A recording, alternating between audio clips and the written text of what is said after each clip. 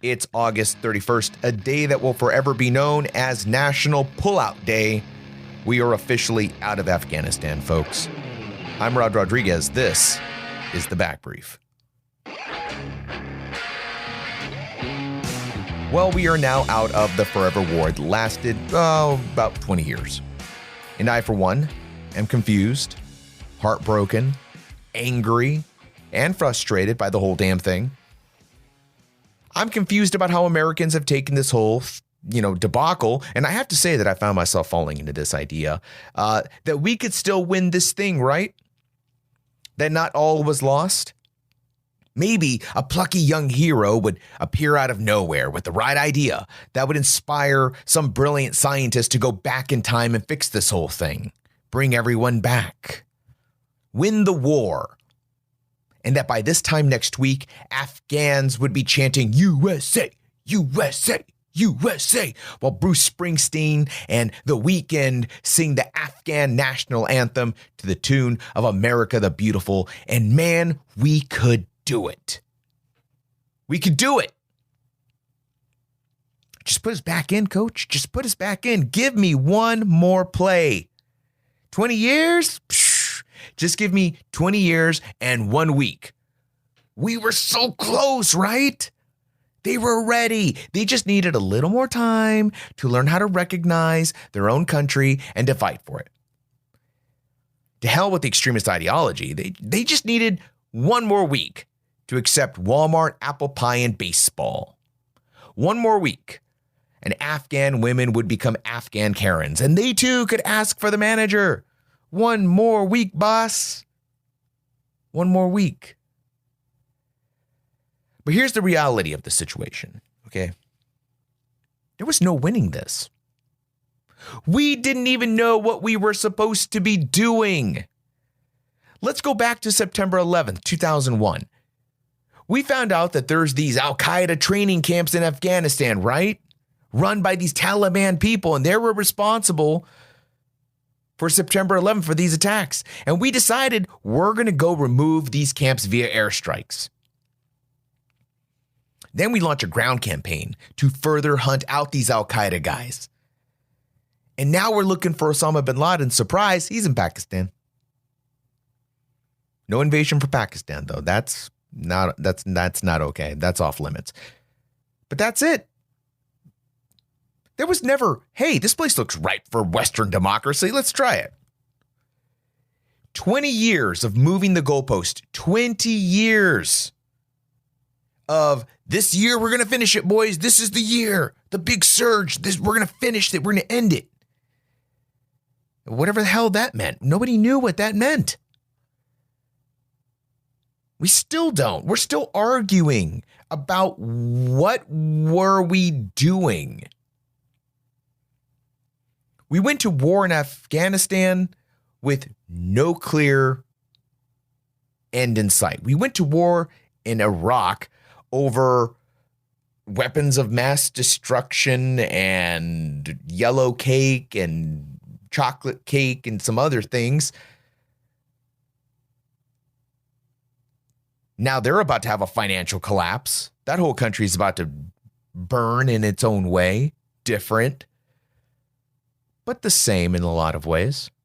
Thousands upon thousands of American lives lost, and we honestly cannot say what the hell the mission really was.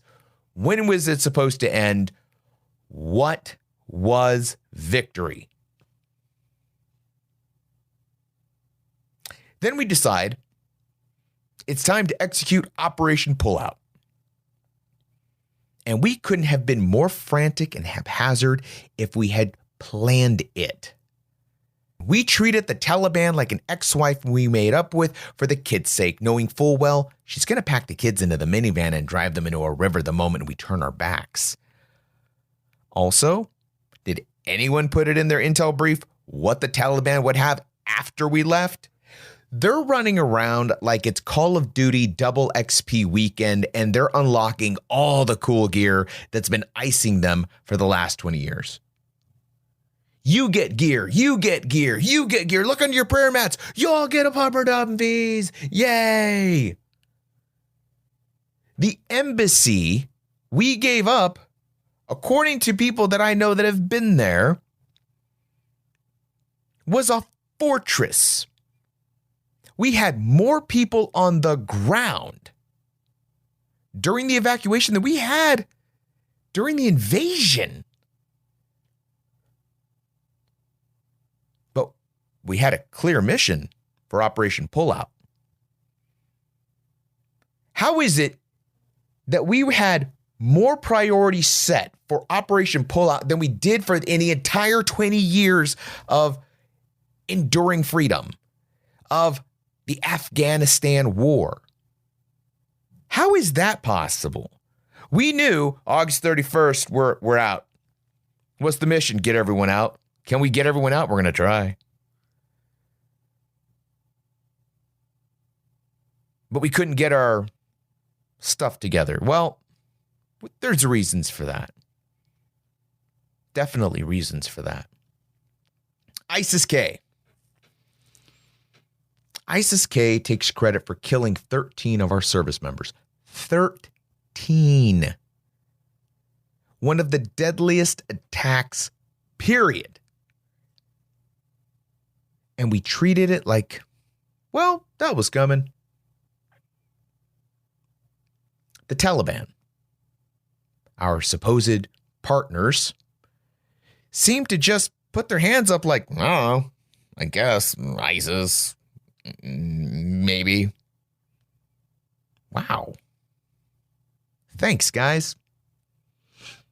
But they're our ally. They're not our allies. They were our partners in securing the airfield because, the Taliban, when I think security, I think Taliban. Maybe that should be their new slogan. When you think security, think Taliban. So I saw this and I'm thinking, whew,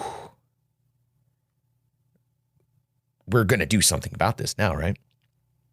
We can't let 13 dead soldiers, 13 dead service members go unanswered. We were treating the Taliban like a government. If you, as a foreign government, allow our service members to be murdered on your soil, that is an act of war. But it wasn't. And again, doesn't matter because there's the war hawk in me. The war hawk in me is like, tear them up. Let's get them. But the other war hawk, if that's even a thing, the second war hawk's like, hold up. I'm definitely not a dove because there's no part of me that wants peace in this. But okay, so what are we going to do that we haven't done in the last 20 years? The only thing I could say was maybe we should have, I don't know, maybe we should have had like a Star Wars Order 66 style thing. Because like the Taliban came out, they came out of their holes, they came out of their hidey spots to come be our friendly partners and whatnot. Maybe this was our chance to like get them. Maybe we could have just like Order 66 and whoever's out there with their Taliban counterpart, just like, boop, dunzo. Oh, by the way, they're having a press conference in this building. Let's wax it. And everyone's like, well, they're surrounded by civilians. We don't want to hurt the civilians. Well, okay. We struck 2 vehicles with drones, with missiles that allegedly had ISIS-K suicide bombers. We killed them. And by the way, we killed a bunch of civilians too. A bunch of kids. Seriously. 20 years and thousands of drone strikes, and that was our response. We killed a bunch of civilians. So if that's the price of playing, if we're going to play this idea out of Okay, if we're going to drop a drone strike, that's what we're going to do. We have to accept there's going to be civilian casualties. Okay, Order 66. We're out there with the Taliban. They're our friends for a moment. They're helping us secure this airfield. The president or whoever calls Order 66, and we start icing the Taliban next to us. They're having a press conference there. This building is full of Taliban. They're out in the streets. Bomb the hell out of them. Civilian casualties? Well, we got civilian casualties if we're drone striking ISIS. We might as well have some civilian casualties as we, take out the Taliban. These are people that were hanging on to the tire well, the wheel wells of C-17s falling out of the sky. They're up to their waist in sewage. They know they're going to die at the hands of the Taliban just for showing up to the airport trying to catch the first thing smoking back to the U.S. or whatever country they can get to. I don't know if they'd be that mad. I don't know if they'd have been even that angry about it. So dead civilians, including kids. Pictures of dogs zip-tied inside kennels. Don't worry, folks. They weren't military service dogs as originally reported. Shout out to Elizabeth Howe with Defense One. I saw her story. Kirby confirmed. Not working dogs. Not military working dogs. We have full accountability of our working dogs. But there were these animals, these dogs that were still zip-tied in cages and left on the most dangerous airfield on the planet, left to the hands of the Taliban, who have found ways to treat animals worse than humans.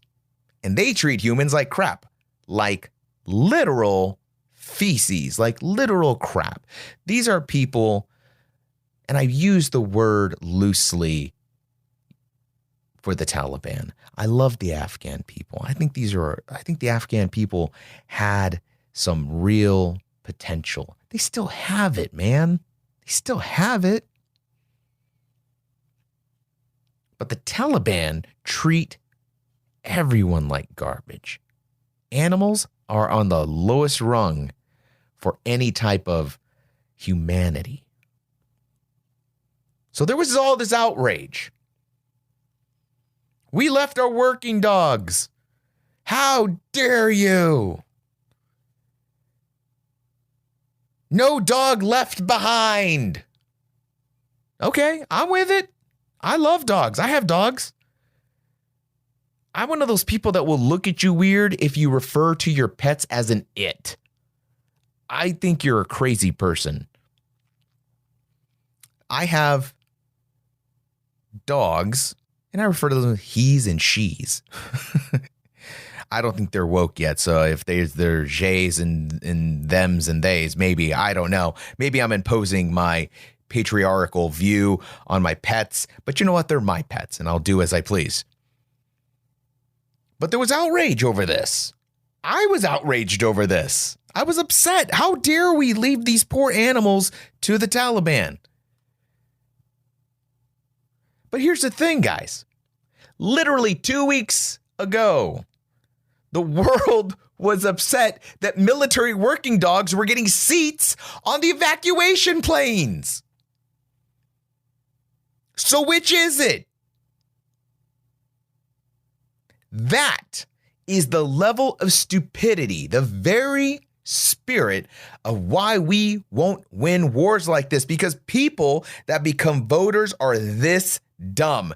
Save the working dogs, but only when we say to and how we say it, because if you do it too early, it makes me upset because there's people that should be on that seat. But if you leave them behind, I'm going to be super pissed, and I'm going to blame you guys, and your president sucks because he zip-tied those dogs inside the kennel, and he did that. What is it? Which is it? Don't believe me? Go look it up. Go look at Twitter. And you'll see. people upset that military working dogs had a chair to sit on. Some of those dogs outrank regular Joes. Let Sergeant Snuffy have his seat. That dog has worked his tail off, sometimes quite literally had his tail blown off. These dogs did their jobs just like everyone else. They deserved to go home, and they were. They did get to go home. The animals that we see in the videos and the pictures that are zip tied and such, they belong to a Kabul pet rescue veterinary effort. And, my heart goes out to those animals, man. It does. I mean, for sure, I know people are going to suffer. I get it. But I got a special place in my heart. Every time I was out on patrol, every time we were out in Iraq, I remember my heart broke for two populations, the animals and the kids. Because they didn't know any better, dude. Animals and kids, they don't know any better, bro. They're just trying to live their lives. The little kids just want to go play. That's it. Show me a kid that doesn't want to go play.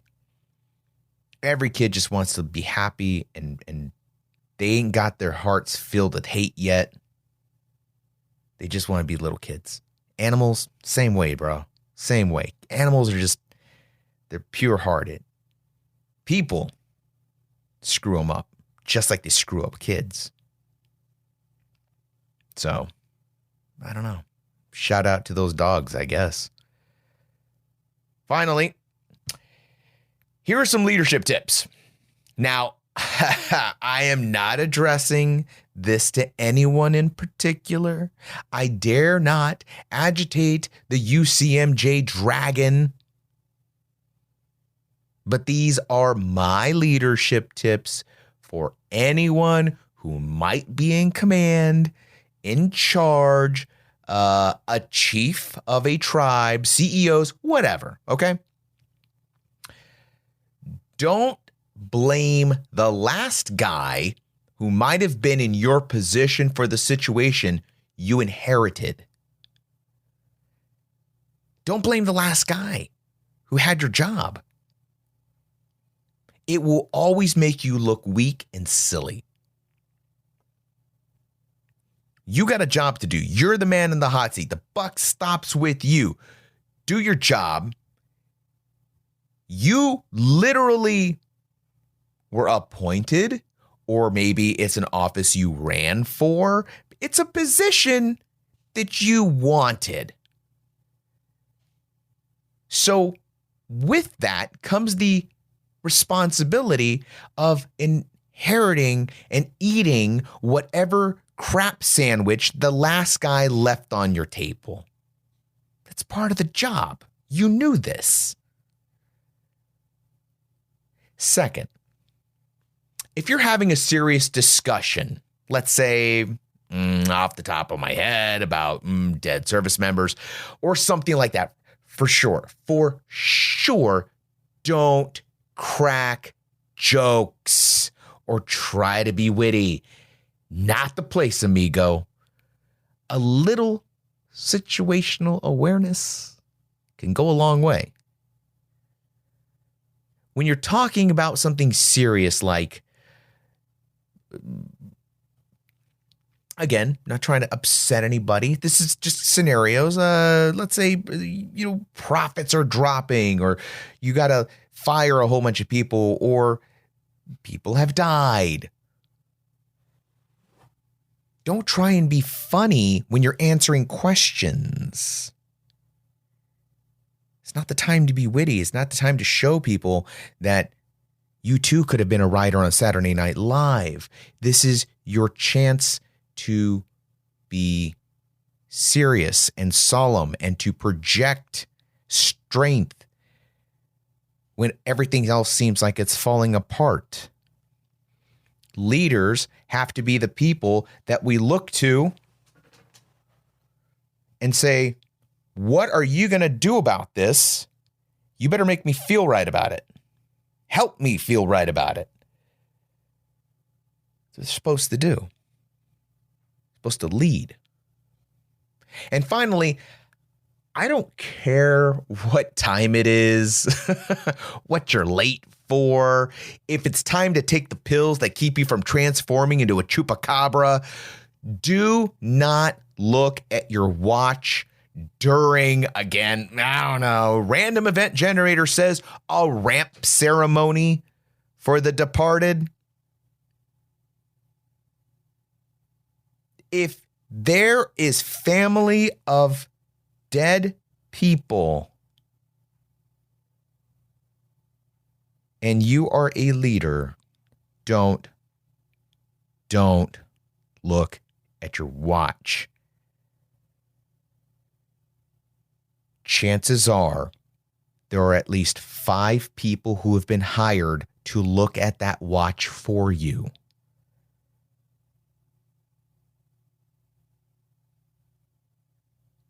There is a time and a place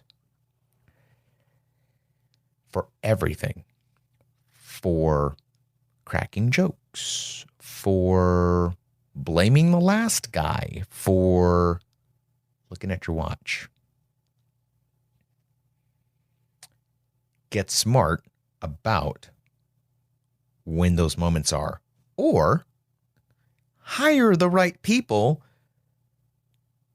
to help you not do those things. Again, just random thoughts, random leadership tips from Rod Rodriguez. Take them, leave them, do whatever you want.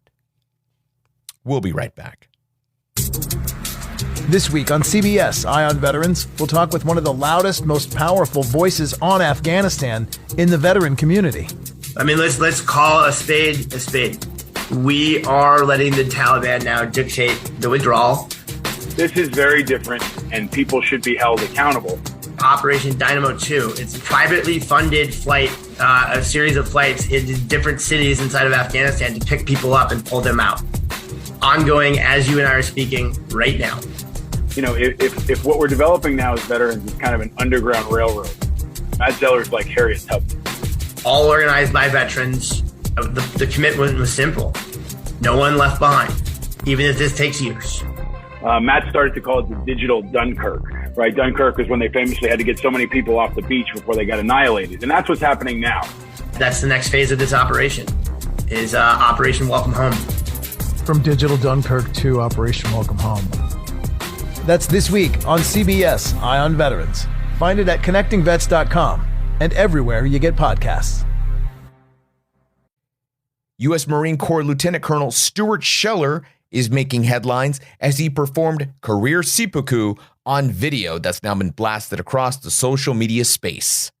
He delivers the death blows to a 17-year career from his office desk, where he calls on the brass above him to confess their sins and take responsibility for Afghanistan. Okay, he makes some interesting points here. And I get the truth to power thing, but not sure it was worth a 17-year career. I think we need more people who would be willing to take responsibility and own their mistakes. Maybe keep your career intact and get to a position where you can influence those types of situations. I don't know. I don't know how much good you're going to do with the inevitable book deal and likely political run. Oh, wait, that's probably the plan. The soon-to-be former lieutenant colonel then released a second video that looked like Blair Witch found footage, where he's talking from an undisclosed location in a minivan across a chessboard. I wonder if there was like Easter eggs in the video. Like, what does the chessboard mean? Is there a message where the pieces are? And if I get all the pieces and clues together, is like a secret treasure map? I don't know. The second rant is full of vague accusations and some veiled threats about we, the viewer, not knowing, quote, all the things I'm capable of, or he's capable of, I should say. How the fallout of his next move will leave leadership scrambling. Very ominous and kind of QAnon-y. I think that whole vibe is kind of played out, but ultimately it fizzled to me because there was no bite. The hell are you getting at, man? If you got something to show it. You just threw your entire career away. Tell me there's something to show for it. I'm very interested in seeing where all this goes personally. Don't be surprised if you start seeing his videos show up in TikTok duets where service members also resign their commissions over COVID vaccinations, though. Or maybe a duet with Navy veteran and TikTok sensation Bella Porch. I don't know. Wouldn't that be something? But I'm very curious about where this is going to go. And guys, listen, folks, if you're going to make an ominous, creepy, weird video that looks like you're having some veiled threats, don't be surprised when the FBI knocks on your door. Don't act like, what? Like you're over here talking about, you just wait till they get a load of me. They're doing a Jack Nicholson Batman Joker thing. Look, man, if you're going to commit career seppuku on the business end of a video, cool. I'm just, trying to figure out what the point is. Leaders for sure need to be held accountable, especially our elected ones. But you all keep voting for the same people for decades. These are people, there are people serving in office right now that held that same seat during the Vietnam War. If you think they're bringing anything to the table, you're crazy. If you think these people are bringing any lessons learned to the next crisis, you're insane. They don't do that. The only lesson learned these folks are bringing to the table is that they know which companies to get on the boards of before major wars, so they get a taste of that cheddar. Want to hold people accountable? Vote these artifacts out of office. Stop voting for TV people or people that have been in Washington their entire lives. They're both cut from the same cloth. Actually read and find out what your candidate is really about. Also, just because the candidate is a veteran doesn't mean they're smart or a good person.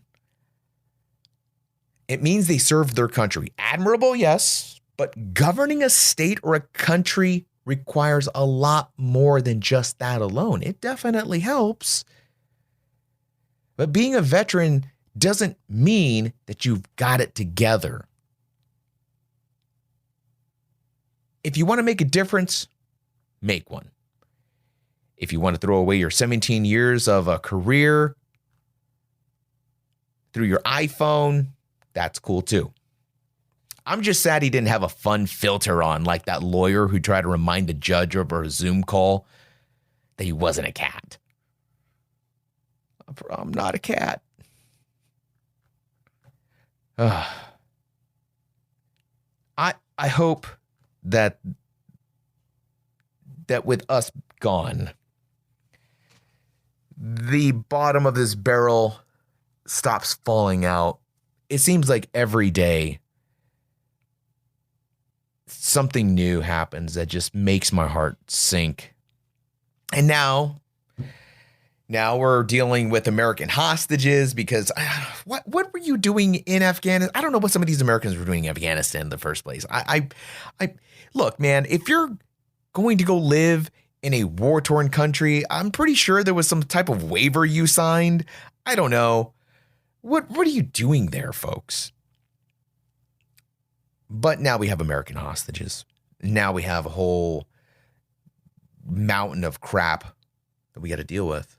And on top of that, the Taliban have a bunch of guns, all of our weapons. We just funded them. I saw videos of a lot of trucks headed towards our stuff that we left the Afghan army. That stuff is headed to Pakistan. Cool. I'm sure the Chinese or the Russians, the Pakistanis are going to enjoy that. You're welcome. You're welcome. It's like one of those Make-A-Wish kids, things came true for these three countries, for the Pakistanis, the Chinese, and the Russians. Like, yay! Her wish came true. Americans, they helped fund our next war against them. Cool. Our proxy war worked. Congratulations. But where do we go from here? I don't know. No idea. Folks, I'm Rod Rodriguez. This was The Back Brief. You can follow me on Twitter at RodPodRod. I also do another podcast called Military Matters for Stars and Stripes that I host with fellow Connecting Vets reporter Jack Murphy. You can find all the veteran news you could possibly want at connectingvets.com. I will see you at the next episode.